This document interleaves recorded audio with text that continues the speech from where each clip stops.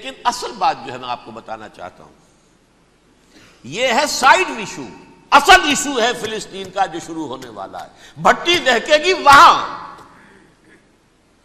ظاہر بات ہے کہ اگر کوئی بہت بڑا اقدام ہو جاتا ہے فلسطینیوں کے خلاف، اور اگر واقعتاً مسجد اقصیٰ اور قبۃ الصخرہ گرا دیے جاتے ہیں، جو طوفان اٹھے گا عالم عرب میں، یہ حسنی مبارک ہوں یا شاہ خالد ہوں یا کوئی اور ہو، یہ نہیں روک سکتے اس طوفان کو.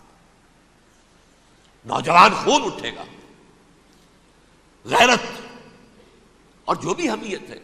مسلمان ان پڑھ سے ان پڑھ اور بالکل بے دین، وہ بھی مسجد کی حرمت پر کٹ مرنے کو تیار ہو جاتا ہے. مسجد تو بنا دی شب بھر میں، ایمان کی حرارت والوں نے، من اپنا پرانا پاپی ہے، برسوں میں نماز ہی بن نہ سکا. وہ چاہے کانپور کی مسجد سے مسلمانوں نے جانے دی ہیں، چاہے وہ شہید گنج کی مسجد کی مسلمانوں نے جانے دی ہیں، چاہے نماز نہ پڑھتے ہو، لیکن یہ جو حرمت اور یہ جو حمیت اور یہ غیرت ہے، اس سے جو طوفان اٹھے گا یہ ہوگا اس ملحمۃ العظما، اس کی طرف پیش رفت ہو رہی.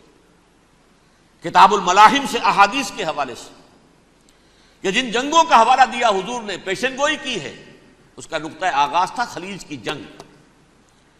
صدام حسین نے اسے کہا تھا یہ مدر آف وارز ہے، ام المحارب، یہ ایک جنگ نہیں ہے. اس کا نقشہ بھی حدیث میں موجود ہے، پیشن گوئی موجود تھی، اس وقت بھی ہم نے شائع کی تھی. لیکن اس میں جو جنگ اب ہونے والی وہ الملحمۃ العظما. ملحمہ کسے کہتے ہیں؟ لحم گوشت کو کہتے ہیں، اور قصائی کی دکان کو عربی میں ملحم کہتے ہیں، جہاں گوشت کے ٹکڑے کیے جاتے ہیں. آج کل مشینوں سے ہوتے ہیں، اب جو ہے وہ ہاتھ سے چھریوں سے نہیں ہوتے، لیکن ٹکڑے ہو رہے ہوتے ہیں، جسموں کے چیتھڑے اڑ رہے ہوتے ہیں. ملحمہ، یہی لفظ استعمال کیا تھا حضرت سعد ابن عبادہ نے رضی اللہ تعالی عنہ یوم فتح مکہ. ان کے دل میں تھا کہ اب ہم انتقام لیں گے ان عربوں سے، ان قریش سے. الیوم یوم الملحمہ، الیوم یوم الملحمہ، یہ کہتے ہوئے جا رہے تھے. ایک خاص کیفیت، آج ہے گوشت کے ٹکڑے اڑانے کا دن.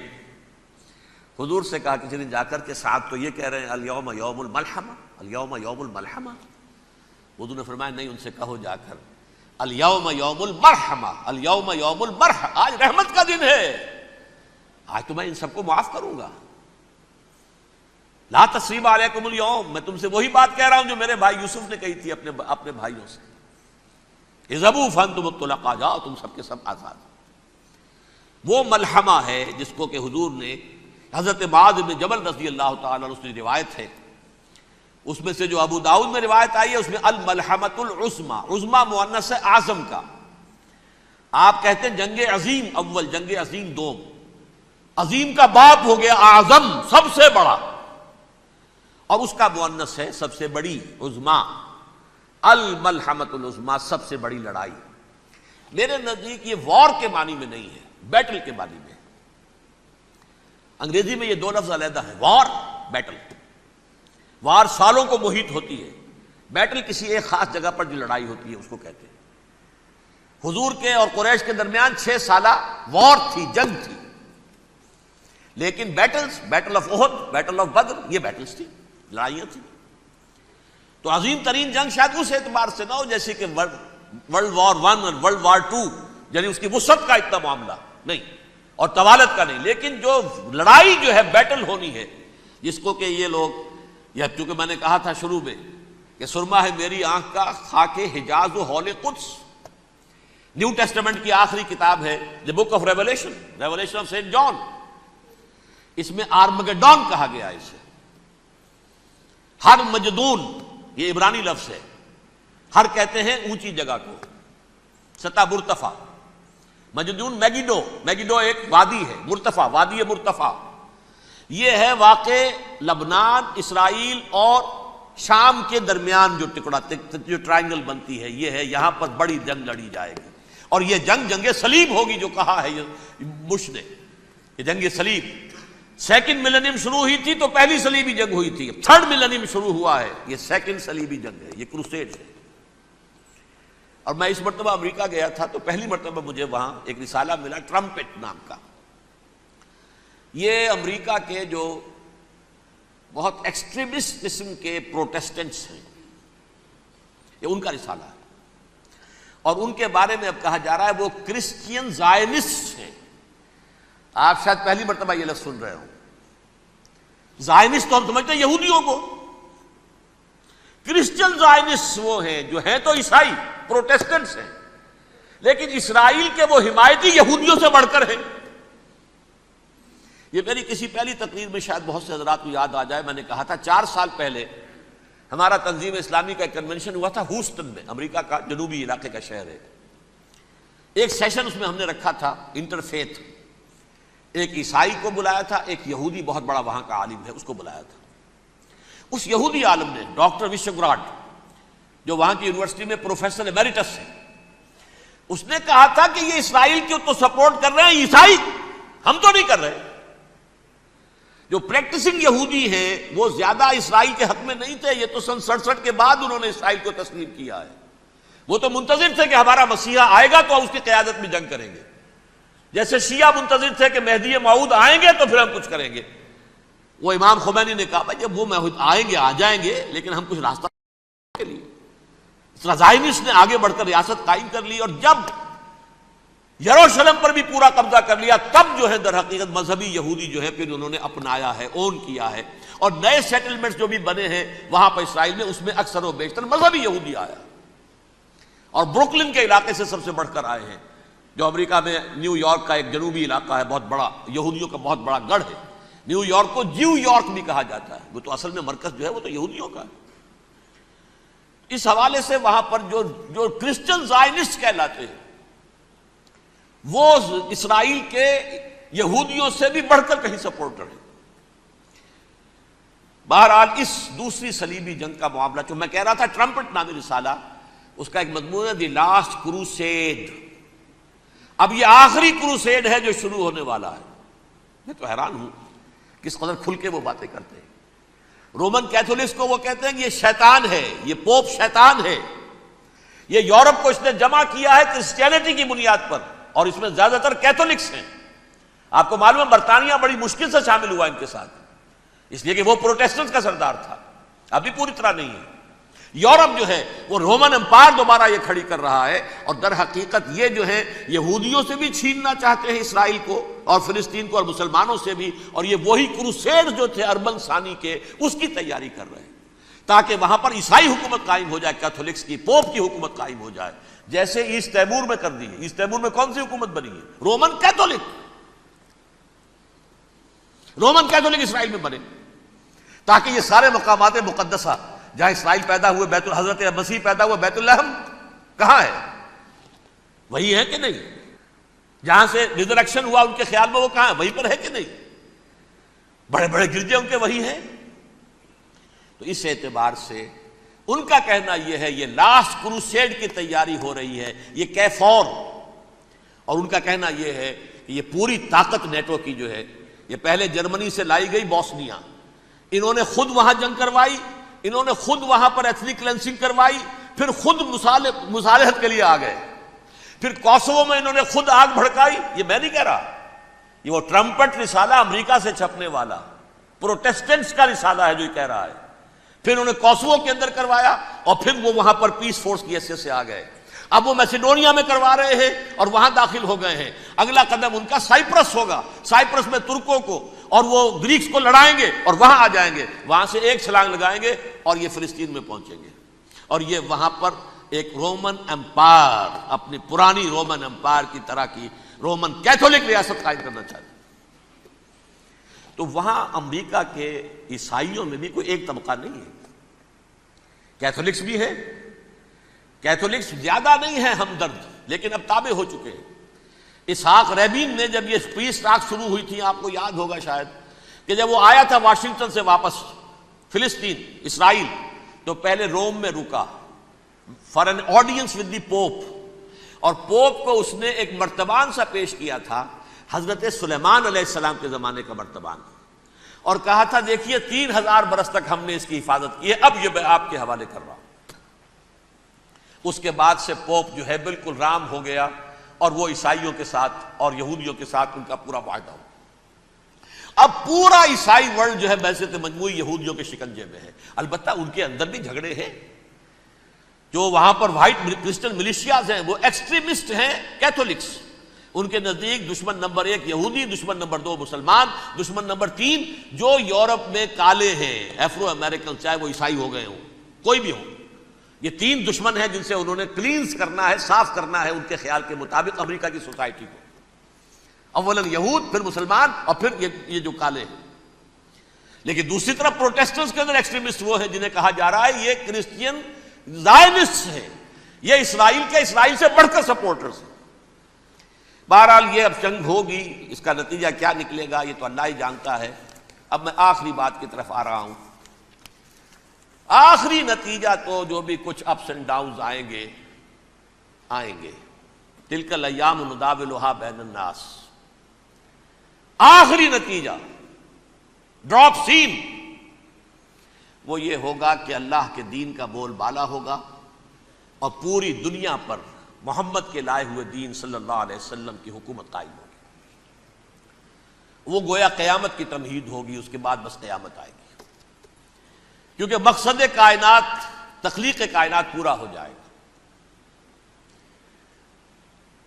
پوری مخلوقات کے اندر مقصد تخلیق، کلائمیکس آف کریشن محمد الرسول اللہ صلی اللہ علیہ وسلم. دین کی تکمیل محمد الرسول اللہ صلی اللہ علیہ وسلم.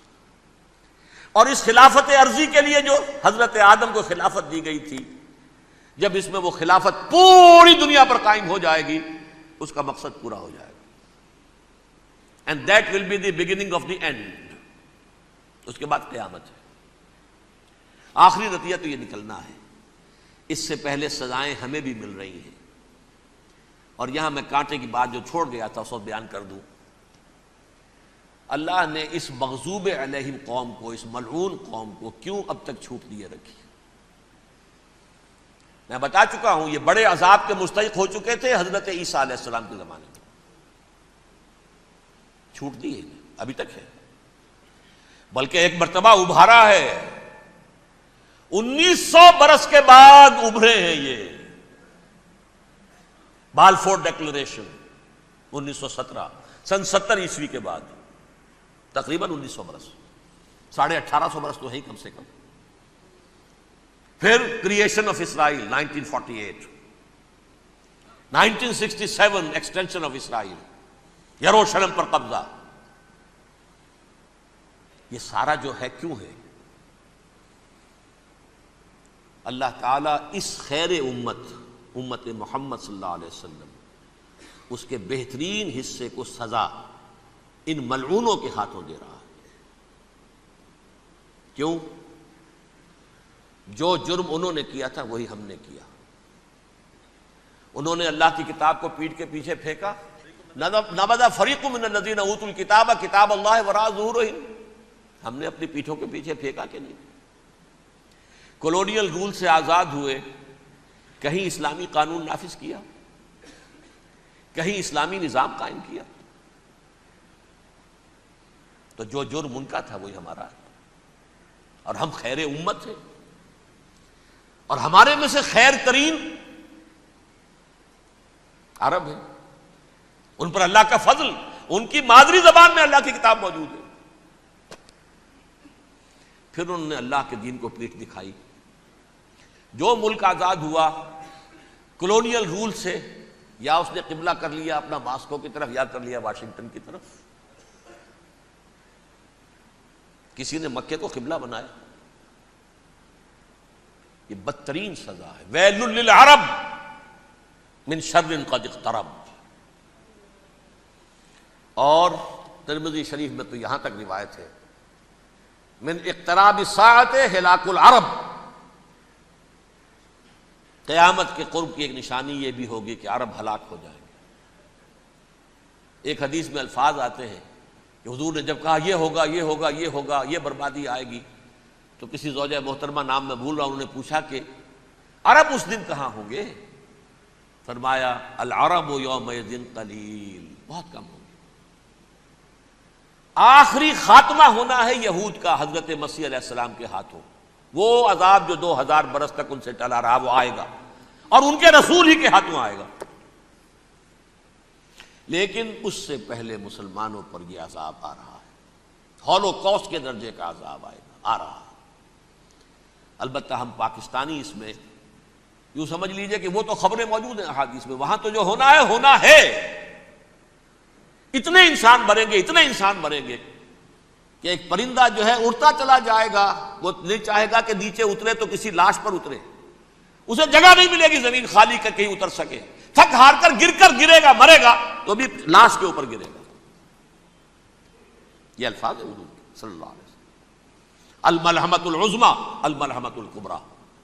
یہ لاسٹ کروسیڈ ٹرمپٹ اخبار نے، میں اس کا فوٹو اسٹیٹ بھی کبھی آپ کو دکھا دوں، ویسے میرے ساتھ ہے وہ رسالہ ٹرمپٹ، دی لاسٹ کروسیڈ، اس کی تیاری ہو رہی ہے۔ وہ الملحمۃ العظمیٰ اور ملحمۃ الکبریٰ جو ہے وہ آنے والی ہے۔ ابن ماجہ میں کبریٰ کہا ہے، اکبر کا مؤنث کبریٰ، ملحمہ کبریٰ سب سے بڑی جنگ، اور ملحمہ عظمیٰ سب سے عظیم جنگ، یہ ہوگی اور بہت جلد ہوگی۔ اب آخری بات یہ عرض کر رہا ہوں، کریں کیا؟ کچھ کریں بھی کہ نہیں؟ پہلا کام تو یہ ہے کہ اصل زندگی آخرت کی زندگی ہے۔ دنیا میں تباہی بربادی آ بھی جائے، آخرت بچ جائے، پہلا کام یہ ہے کہ ہر شخص توبہ کرے، لیکن توبہ توبۃ نصوح، توبہ کی تسبیح نہیں، آیہ کریمہ کا ختم نہیں، لاکھ مرتبہ لا الہ الا انت سبحانک انی کنت، اس سے کچھ نہیں ہوتا۔ توبہ یہ ہے اپنی معاش کے اندر جھانکیے، اپنی معاشرت میں جھانکیے، جہاں جہاں اسلام کے خلاف کچھ نظر آئے پھینک دیجئے، نکال کر کاٹ دیجئے، بے پردگی ہے نکالیے، آپ کی کمائی میں کوئی حرام کا عنصر ہے ختم کیجئے، توبہ کیجئے، ابھی کیجئے، عملی توبہ۔ فرائض کی ادائیگی میں کوتاہی ہو رہی ہے، ابھی شروع کیجئے، اللہ کے دین کے غلبے کے لیے جد و جہد، ان صلاتی و نسکی و محیایا و مماتی للہ رب العالمین لا شریک لہ وبذالک امرت وانا اول المسلمین، بڑی ہے۔ اگر میرے اور آپ کے کیے کچھ نہ ہوا تب بھی کم سے کم میری اور آپ کی آخرت تو بچ جائے گی، عاقبت تو بن جائے گی۔ اخروی عذاب، سب سے بڑا عذاب، دائمی عذاب، اس سے ہم بچ جائیں۔